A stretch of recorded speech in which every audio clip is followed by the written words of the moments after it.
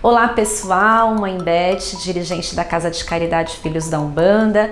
Primeiro gostaria de pedir desculpas que faz bastante tempo que eu não gravo nenhum vídeo, porque desde que começaram os trabalhos lá no terreiro é uma loucura, então nem sempre eu consigo parar para gravar.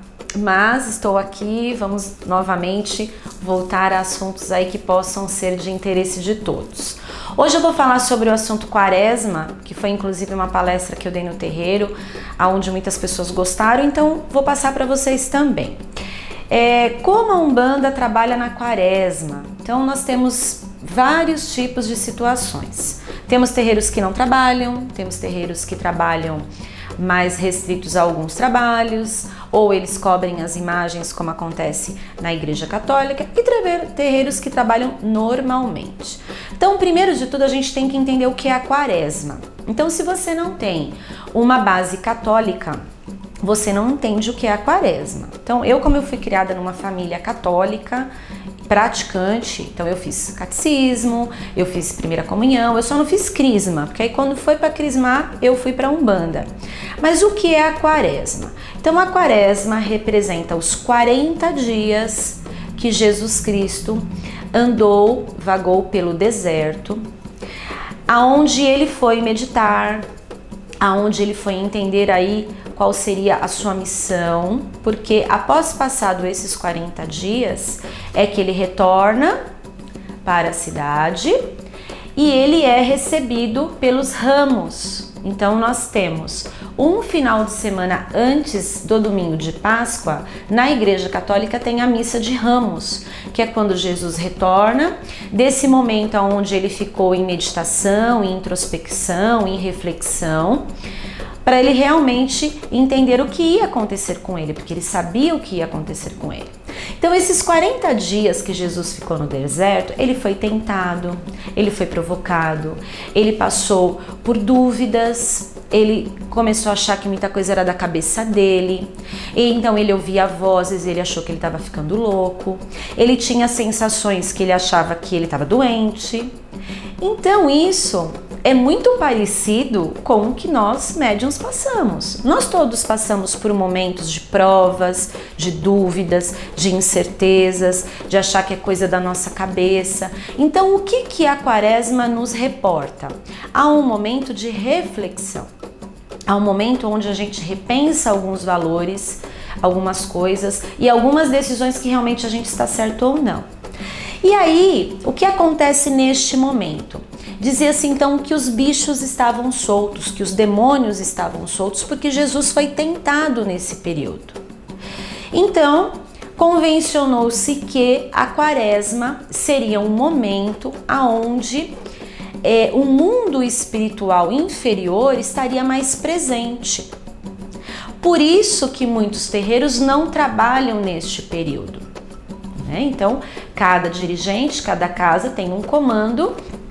Como na Igreja Católica existe todo o ritual, porém os santos estão cobertos. Então a Quaresma não é uma época festiva. Aí Jesus entra na cidade na missa de Ramos, faz toda uma série de situações, aí ele é preso e aí tem todas as passagens até a crucificação dele, a morte, ressurreição e domingo de Páscoa. Então a Quaresma acaba no domingo de Páscoa. Então esses são os 40 dias. Então, para quem não sabia o que era Quaresma, é isso. Vou explicar como nós fazemos na nossa casa. Nós não paramos de trabalhar, várias casas que eu trabalhei também funcionam assim, várias casas que eu conheço também funcionam assim. Por quê? Porque como diz, no meu caso, o Caboclo Sete Pedreiras, que é o meu mentor, nós sabemos que a perturbação existe toda hora. Todo dia, 24 horas por dia, nós somos tentados, nós somos provocados, nós somos testados na nossa fé, nas nossas dúvidas. Então isso, para nós que trabalhamos com esse tipo de situação, é muito comum. Então na Quaresma você tem que ter uma atenção redobrada, até tem, mas o médium tem que ter uma atenção redobrada todos os dias. Porque nós não somos médiums só para atender o positivo da espiritualidade. O médium não tem um botãozinho que fala esse eu vou sentir e esse eu vou desligar. Você tanto vai ter sensações boas, que vêm dos seus guias, protetores, mentores, como você vai sentir coisas ruins. Dependendo do ambiente que você vai entrar, dependendo dos pensamentos que você for ter. Então nós não somos médiums para ter sensibilidade só para coisas boas. Então por isso que a quaresma é uma época onde nós realmente temos que redobrar a atenção, mas isso também tem que ser feito todos os outros dias do ano. Existem casas que usam algumas proteções extras na quaresma. Então a casa que eu comecei, por exemplo, nós usávamos o Contregum, que é uma espécie de guia, só que ela é feita de material chamado palha da costa, que é uma palha mesmo que você trança no fundamento. Então tem contreguns trançados com outros fios ou com fitas, vibrando na cor daquilo que você quer firmar. Então, por exemplo, existe contregum para Ogum, para Oxóssi, para Inhansã, para Baiano, para Guardião, aí depende do fundamento que você vai utilizar. Então ele é como se fosse uma guia. E o fundamento do Contregum veio lá do Candomblé, como veio muitas coisas que nós utilizamos na Umbanda, que veio da África. Então, isso é uma coisa que também veio da África, junto com os escravos, que acreditava-se que o contra-Egum, para quem não sabe, Egum é morto, então você está se defendendo contra os mortos. E aí tem vários terreiros que os filhos utilizam o contra-Egum durante a quaresma, dando uma maior proteção. Então isso também é uma coisa muito comum. Na casa que eu trabalho, nem sempre isso acontece. Então a gente já teve anos que o caboclo pediu para que todos usassem, já teve ano que ninguém usou. Esse ano, por exemplo, eu não tenho praticamente filhos nenhum usando Contregum. Então eu entendo também que isso vai muito da pessoa, do momento, da casa, de como essa casa é dirigida, como também tem casas que não aceitam o Contregum. Então assim, vocês sabem que eu sou uma pessoa muito flexível, eu sempre respeito a forma de trabalhar do outro, mas o Contregum existe sim e ele foi criado para este propósito. Mas você também pode usar o Contregum em outras situações, não só na quaresma.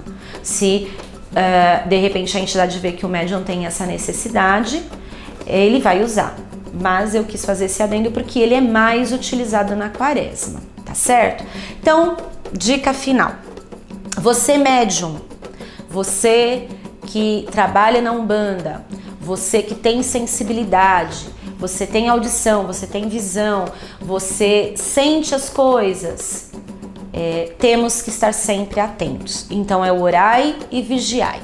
Então, com quaresma ou sem quaresma, o seu terreiro trabalhando ou não trabalhando na quaresma, nós temos que estar sempre atentos nos nossos pensamentos, nas nossas ações, nas nossas palavras e nos lugares aonde andamos e com quem andamos.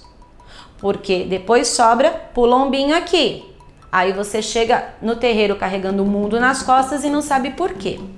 Então, essa é a dica de hoje. Eu já estava com saudade de falar com vocês.